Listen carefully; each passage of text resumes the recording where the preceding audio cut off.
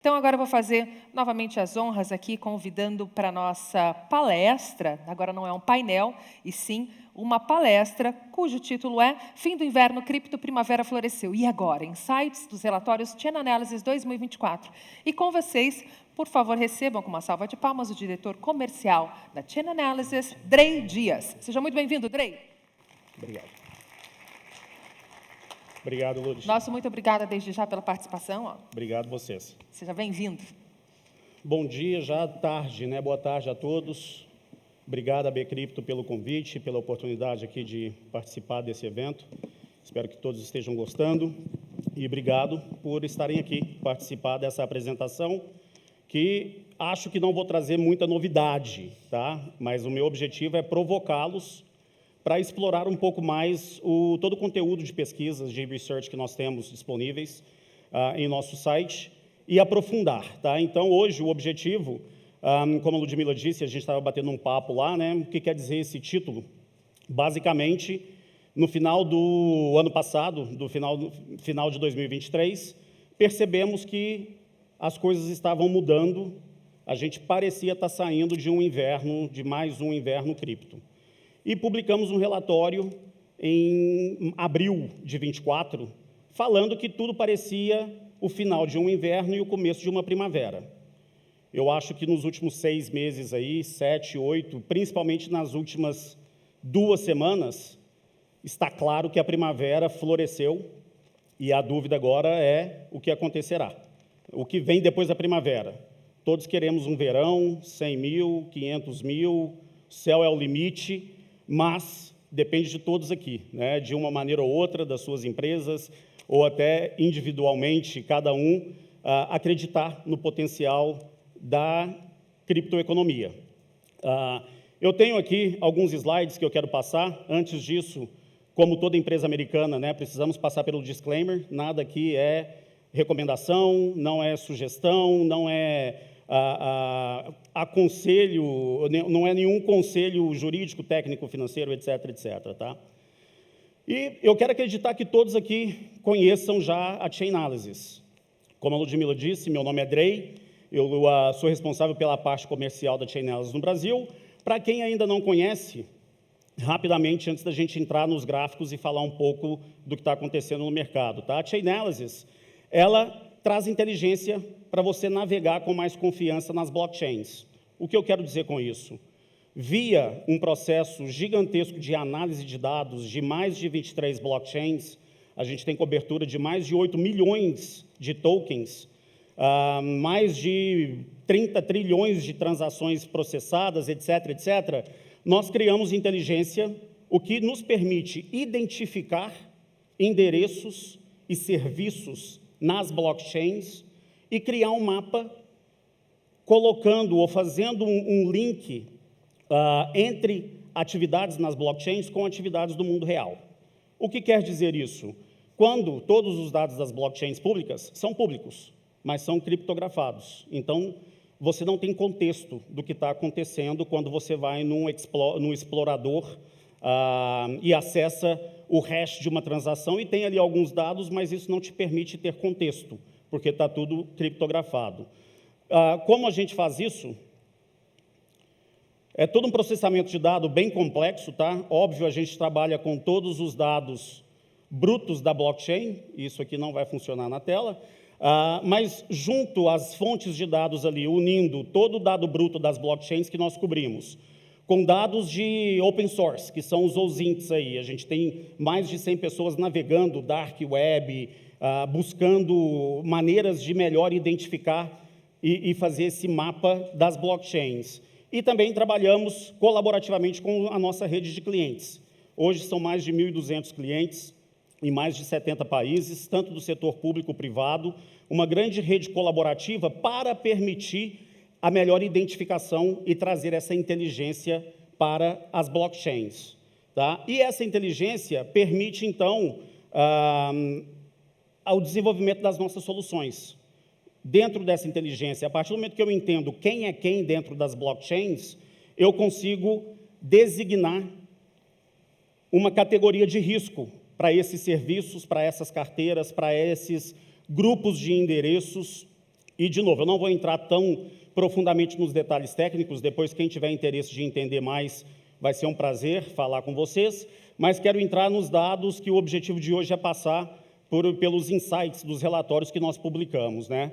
Mas aqui tem exemplo de algumas características ou categorias de risco que nós chamamos, né? Tem Hamson, tem Gambling, tem Sanctions, que são as categorias do mal. A gente vai passar um pouco visando os dados que nós publicamos sobre atividade ilícita nas blockchains, que é sempre uma preocupação para os gerentes de risco e para qualquer instituição, principalmente as tradicionais que ainda não estão nesse mundo cripto, mas também temos as categorias do bem, que são as exchanges, que são os smart contracts. Então, tudo isso gera um mapa de conhecimento das blockchains, onde você consegue, então, ver as identidades das entidades, que pode ser uma carteira, um smart contract, uma stablecoin, pode ser uma exchange, pode ser um dark web também, para vendas de drogas, ou um financiamento de terrorismo.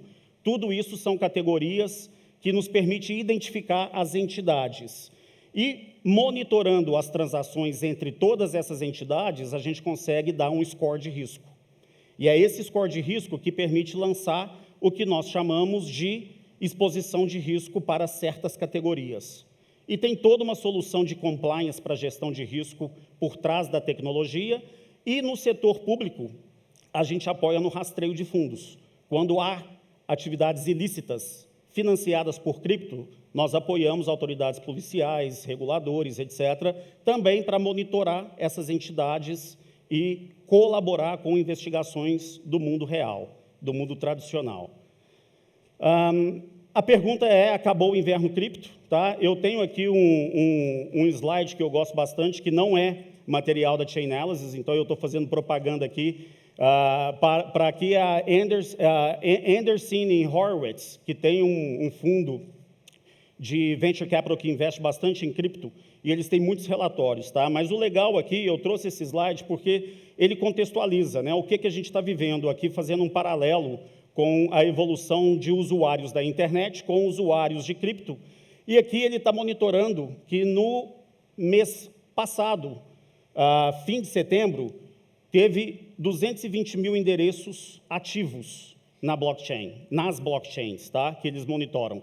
O link está aqui embaixo, porque o material é deles, e eu fiquei curioso, o que quer dizer esses 220 milhões de endereços? E entrei, eles têm toda uma metodologia super interessante de calcular, porque não quer dizer que cada endereço aqui é uma pessoa, né, que é um serviço. Então, eles fizeram todo um trabalho para depurar essa informação de atividade e concluíram que, de fato, tem entre 30 e 60 milhões de usuários ativos nas blockchains hoje, que é um número bem diferente do 220. Toda a metodologia está lá, tá? Mas outra métrica interessante de se ver é outro relatório da Crypto.com, que estimou 617 milhões de usuários, e aqui inclui os usuários ativos, mas também os proprietários de criptos, os que estão segurando a posição, tá? Então, a gente já está quase batendo, e a estimativa aqui de atividade de endereços mensais, e aí todo mundo vai ter sua métrica, o que é um usuário ativo, é mês, é dia, é semana, mas aqui a gente está avançando para 1 bilhão de usuários, depois 1 bilhão de atividades, e tudo isso faz o bolo crescer, né? Então, a ideia é essa, mas os números são bem diferentes aqui, mas a mensagem é que estamos numa ascensão, isso não tem dúvida. E onde está essa ascensão? Do mesmo relatório, tá? Que é o State of Crypto. Isso aqui me surpreendeu pessoalmente, porque eu hoje lido bastante com o público de exchanges centralizadas, e quando eu vi que hoje eles representam 3% da movimentação das blockchains, isso me fez também querer aprofundar e pesquisar um pouco. E stablecoins, acho que está aqui, a gente vai falar um pouco mais de stablecoin nas próximas lâminas, mas fiquei espantado de ver a representatividade de outras categorias de serviços aqui. De novo, só para provocar. E depois, outra fonte, para quem não conhece, eu até 2 semanas atrás não conhecia, também vou dar o crédito para Artemis Terminal, o link do site está aqui, é uma empresa, e eu adorei as telinhas pretas, porque eu trabalhei no mercado financeiro tradicional durante 15 anos, lidando com bastante telinha preta, olhando gráficos, números, cotações. Isso aqui é a versão da criptoeconomia, tá? É sensacional o conteúdo que eles têm, de uma visão macro, mais aprofunda. Eles têm visualização, olhando para DeFi, para CeFi, stablecoin, é sensacional. E o que eu também fui surpreendido quando eu aprofundei, aqueles 220 milhões de endereços ativos que eu mencionei na lâmina anterior, a quebra aqui, quase 50%, está em Solana. Tá? E depois aqui, em termos de atividade, as outras redes aí.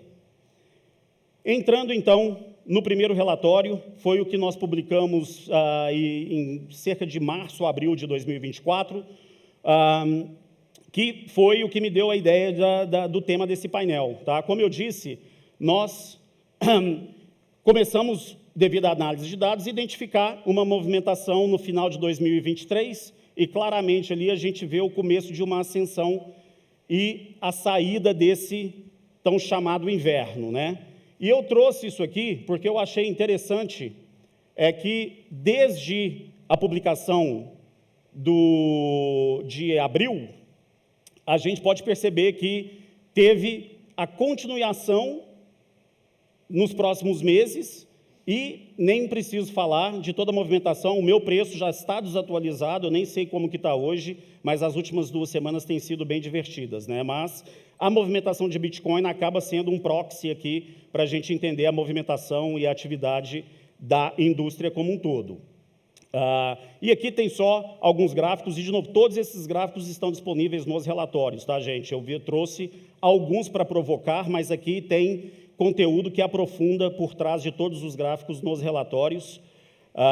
Aqui, por exemplo, é uma visão de volume transacionado por semana. De novo, a gente vê o crescimento ali no começo, no fim de 2023 e 2024. Aqui tem vários fatores, a gente vai falar daqui a pouco alguns dos fatores, mas, de novo, esse continua e a gente vê a setinha lá indicando quando foi publicado o relatório da primavera e como continua nessa mesma movimentação. E só alguns insights desse relatório para quem ainda não leu. Eu quero acreditar aqui que todo mundo já conhecia Chainalysis e já leu os relatórios, mas caso não tenha lido, aqui só alguns insights para provocar vocês entrarem e aprofundar no relatório, tá? O que está por trás dessa primavera? Claramente, a adoção institucional. Isso começou lá em setembro de 22, quando gigantes da TradFi, da economia tradicional, grandes corretoras e players do mercado tradicional, viram que tinha que estar em cripto. Então, criou-se aí uma exchange, um consórcio de grandes nomes do mercado financeiro. Isso já foi uma indicação de adoção, e o relatório entra em vários casos de uso, tá? Comenta da trajetória do BNY Mellon, do JP Morgan, outras instituições tradicionais que repudiavam cripto e, de repente, viram que não tinha volta e entraram no trilho da criptoeconomia. Óbvio, o lançamento dos ETFs, a aprovação dos ETFs teve um impacto gigantesco. A gente vê claramente naqueles gráficos de preços do Bitcoin como, a partir de janeiro, a coisa começa a decolar. Então, teve todo o impacto do ETF. As empresas públicas começaram a comprar cripto para os seus balanços, né, para a tesouraria das empresas. MicroStrategy é um grande exemplo, mas tem Tesla, tem várias outras empresas. No relatório, a gente tem detalhadamente quais são as empresas mais ativas. Tem o impacto da stablecoin. A gente vai ver alguns slides aqui, como a stablecoin. Os relatórios nomeiam como o killer app de cripto até o momento, né? Nada teve tanta adoção, nada teve tanto sucesso, a gente viu na atividade, como stablecoin. A gente vai ver um pouco dos motivos. E DeFi, que é uma promessa, teve o seu momento down depois aí do inverno, chegou a bater um pico aí de 75 bi em 22, depois caiu 70% de volume como um todo, mas já começa a notar, desde o começo desse ano, sinais de recuperação. Tá? Então, rapidinho aqui pela adoção institucional, a gente vai ver só, de novo, o impacto de Bitcoin no preço, na variação de preço do Bitcoin, desde o lançamento do ETF, e aqui, o importante, as cores aqui, o que significa, é que veja como a cor laranja se destaca, e a cor laranja são transações acima de $1 milhão. Então, aqui mostra como o Bitcoin está saindo de uma coisa varejo, de pequenos investidores, testando um ecossistema, para a profissionalização e adoção institucional. As transações começam a ficar um pouco mais sérias, mais volumosas. A gente vai ver um pouco mais desse estudo de volume. Outro exemplo de adoção, né? O sucesso do ETF é inquestionável. Ele bateu 10 bi em menos de 7 semanas. O IBIT da BlackRock bateu 10 bilhões de gestão de asset under management ali, o que levou o ETF similar ao Bitcoin aí, que era o ouro, mais de 2 anos para bater, tá? Então, a velocidade de adoção surpreendeu muita gente. Aqui a gente vê o acompanhamento. Hoje, esses números aqui, eu tenho alguns números de ETF na minha colinha aqui, que são assustadores. O fluxo que está indo de bilhões e bilhões e bilhões para esses fundos, hoje são vários no Brasil, lá fora, enfim, ETF já é uma realidade. Isso aqui também, como eu disse, stablecoin sendo o killer app, né, a gente vê uma representação relativamente pequena em 2021 e como isso vai abrindo e pegando mais e mais do market share. Aqui a gente vê volume transacional, né, aqui caindo em outras classes de ativos e stablecoin só aumentando. Aqui, só um gráfico rápido também de volume de transação de stablecoin como um todo. A gente vê essa acessão ali do final de 21, 22 e essa estabilidade. E desde o Spring aí a gente teve esse up and down, etc., mas a gente vê uma constância, a gente vê os dados aqui foram até início de novembro, tá? Esses gráficos que eu estou mostrando não captou o pós-eleição, mas a gente já vê ali o começo de uma ascendência da curva também. Os relatórios entram em detalhes e explicam mais, tá? Stablecoin, e tem páginas e páginas detalhando isso aqui, eu tentei resumir. Os principais casos de uso, tá? Remessas, tem inúmeras empresas, fintechs, startups, etc., facilitando a remessa de imigrantes Estados Unidos para o mundo afora, agilidade, etc. Pagamentos e transações transfronteiriças por parte de empresas. Mais e mais empresas estão pagando seus fornecedores na China, pagando por petróleo e pagando por insumos mundo afora, usando cripto, usando stablecoin, pela agilidade, pelo custo operacional, enfim, tem muita informação e vários painéis aqui falando disso, mas é, de novo, só trazendo as tendências. E stablecoin serve como refúgio, a gente vê na Argentina, na Turquia, países com instabilidade de inflação e cambial, mais e mais adotando stablecoin como uma maneira de acessar o dólar digital. A mesma coisa das empresas, principalmente que as empresas e pessoas que estão em países que têm uma falta de dólar, a stablecoin é a maneira de ter o proxy ali do dólar digitalmente com muito mais eficiência. E aqui, só para ilustrar, outro número que me chocou, né? Fazer uma transferência, Brasil, qualquer lugar, ou Estados Unidos, qualquer lugar, se você usa um wire transfer tradicional, vai levar 2, 3, talvez 4 dias para chegar no seu destino e vai custar uma média de $44. Hoje, usando cripto, você vê como o preço foi caindo ao longo dos últimos 3 anos, tá? E mais, com inovação, com novas tecnologias, esse preço fica indiscutivelmente melhor do que qualquer outra maneira de transferir valores pelo mundo, tá? Essa arte também veio do mesmo relatório da A16Z aqui, tá? Olhando o DeFi também, dentro desse relatório das tendências, a gente tem aqui, eu já mencionei, né, e o que é a novidade aqui dessa retomada, a gente vê a queda de 70% que eu mencionei aqui, e a retomada e como o Liquid Staking está se destacando nesse mundo de DeFi. O relatório traz bastante informações sobre isso também. O Liquid Staking é algo super interessante, tem muita empresa. Aqui eu já conversei com 2 hoje que estão envolvidas em projetos de DeFi com Liquid. É bem interessante. fazendo a ponte aqui para o relatório que nós publicamos em agosto, é o que a gente chama de Geo Report, olhando a geografia, a adoção mundial, tá?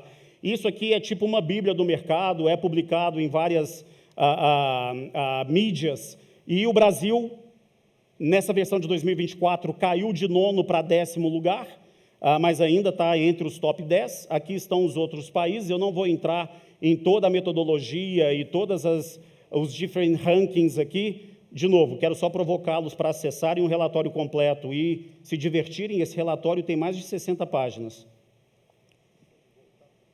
Posso sim. E a gente está com um stand no 3º andar também, uma área, um lounge. Quem quiser depois os QRs, a gente vai estar lá também, a gente pode compartilhar com vocês, tá?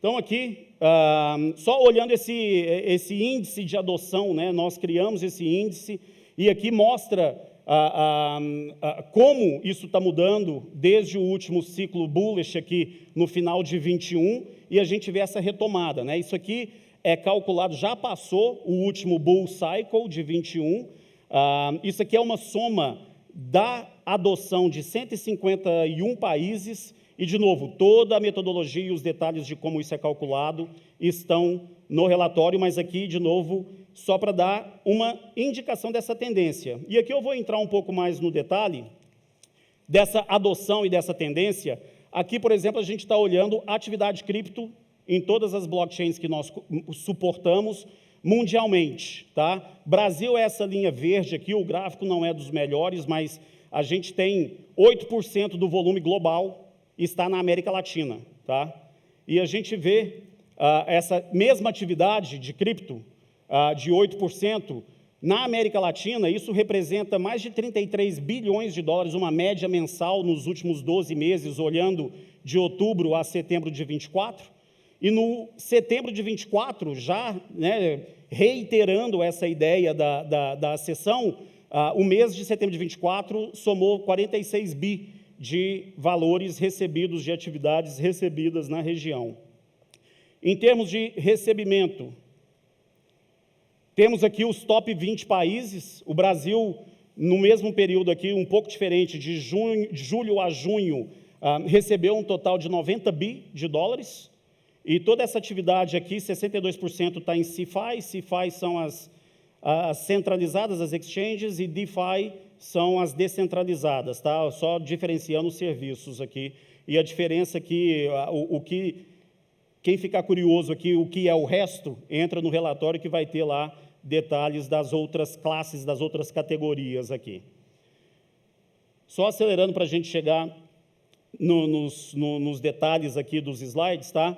Aqui também, como eu mencionei antes, a gente vê essa mudança de perfil de transações, tá? Então, quando a gente tinha anteriormente um volume abaixo, né, de varejo aqui, que representava transações menos de $1.000, que é o verde, agora a gente vê essa seção grande aqui, que são os grandes institucionais. Aqui já são transações acima de 10 milhões de dólares, tá, em termos de volume.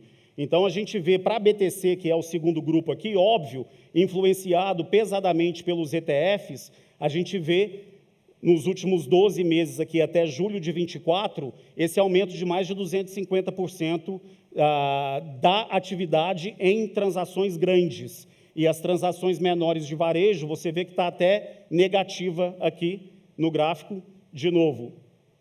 Detalhes no relatório. Ainda mais nessa ideia de grandes trades, né, e pequenos trades, varejo, profissional, e aqui tem as bandas, né, de menos de 1.000, de 1 milhão de 10 mil a 1 milhão, etc.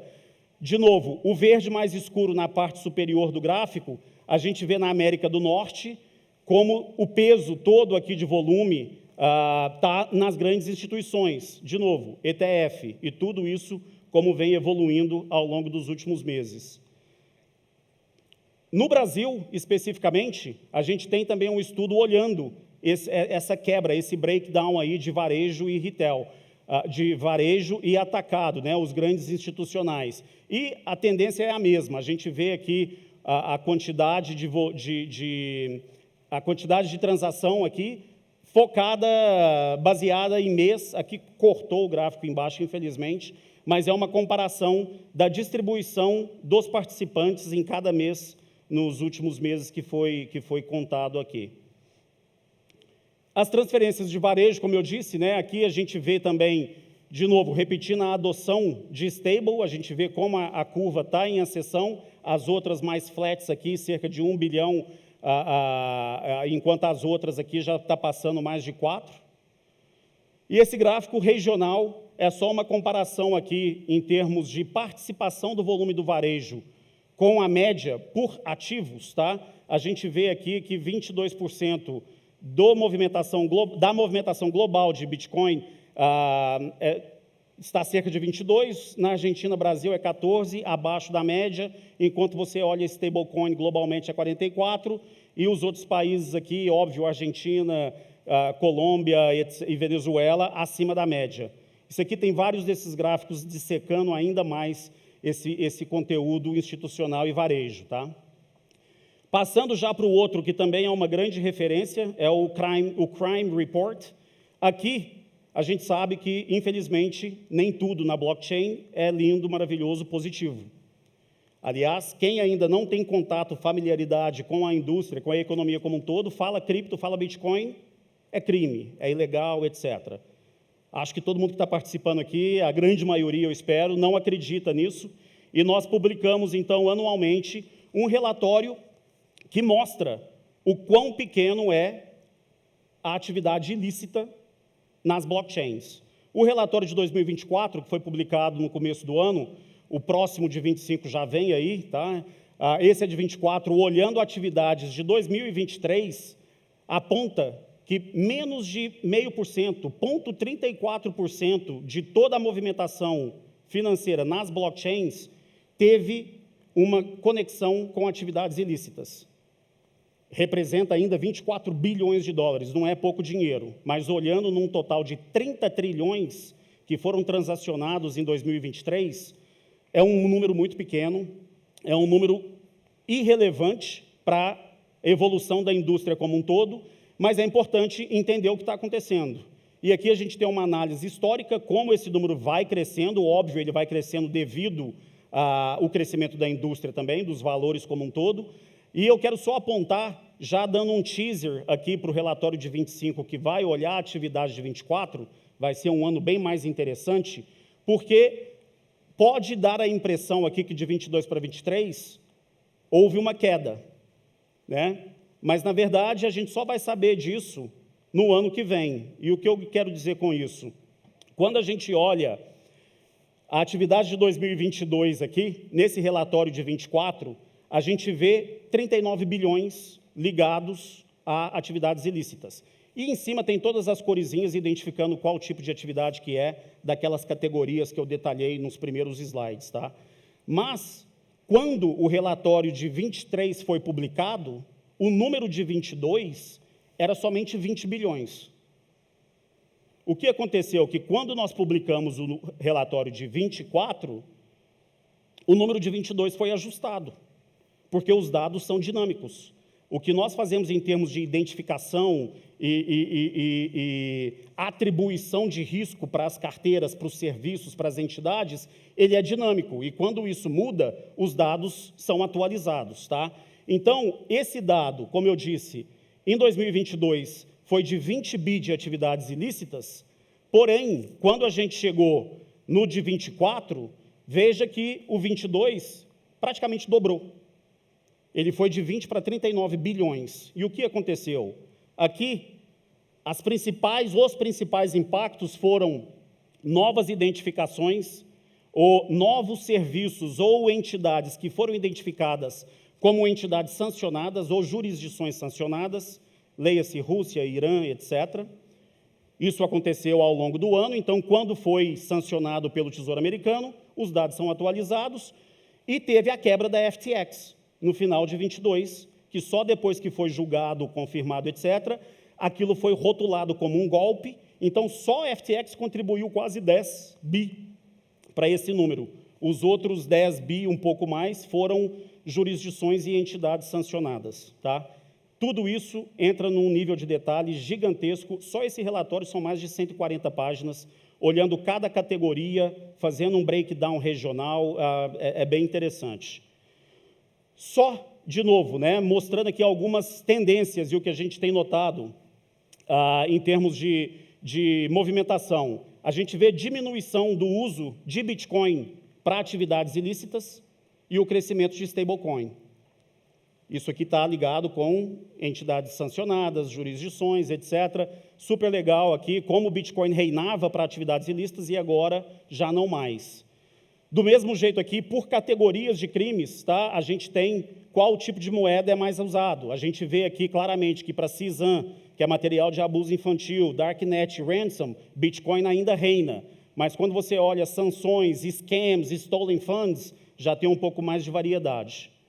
E aqui, especificamente para o Brasil, a gente tem também esse breakdown por categorias de crime e uma evolução aí para poder comparar as tendências, o que vem acontecendo.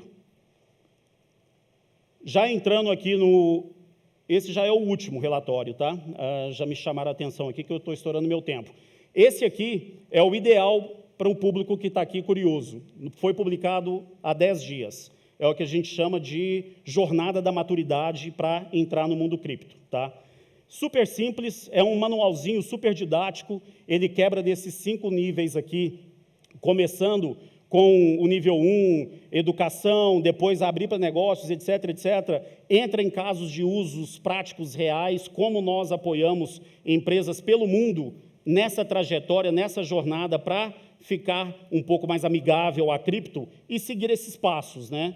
Aqui tem bastante detalhes, eu tentei resumir em termos de educação, o roteiro repete-se, geralmente é o mesmo, é identificar um líder, colocar um head de digital assets, depois fazer um planejamento, estruturar o negócio, treinar as pessoas, depois você começa devagar a abrir, a fazer negócios, e isso pode ser num closed loop, pode ser por ativos sintéticos, e tem toda essa evolução que, para bancos tradicionais que ainda estão analisando, é um roteirinho legal que tem funcionado em inúmeras instituições, inclusive no Brasil. E aqui, como eu disse, a gente está com um stand, um lounge lá no 3º andar, em frente o lounge da Tether. Será um prazer falar com vocês. Obrigado a todos. Aqui está meu contato. Fico à disposição e espero que eu tenha provocado aí a curiosidade para entrarem nos relatórios e aprofundarem. E já fica o teaser, tá? Em início de março sai o Crypto Crime de 2024, que vai trazer bastante coisa interessante, que com certeza está sendo um ano especial, com tanto volume, é uma mudança de paradigma, acho que vai ter muita inteligência para trazer e compartilhar com todos, tá bom? Obrigado a todos, boa tarde. O nosso muitíssimo obrigado, Andrei.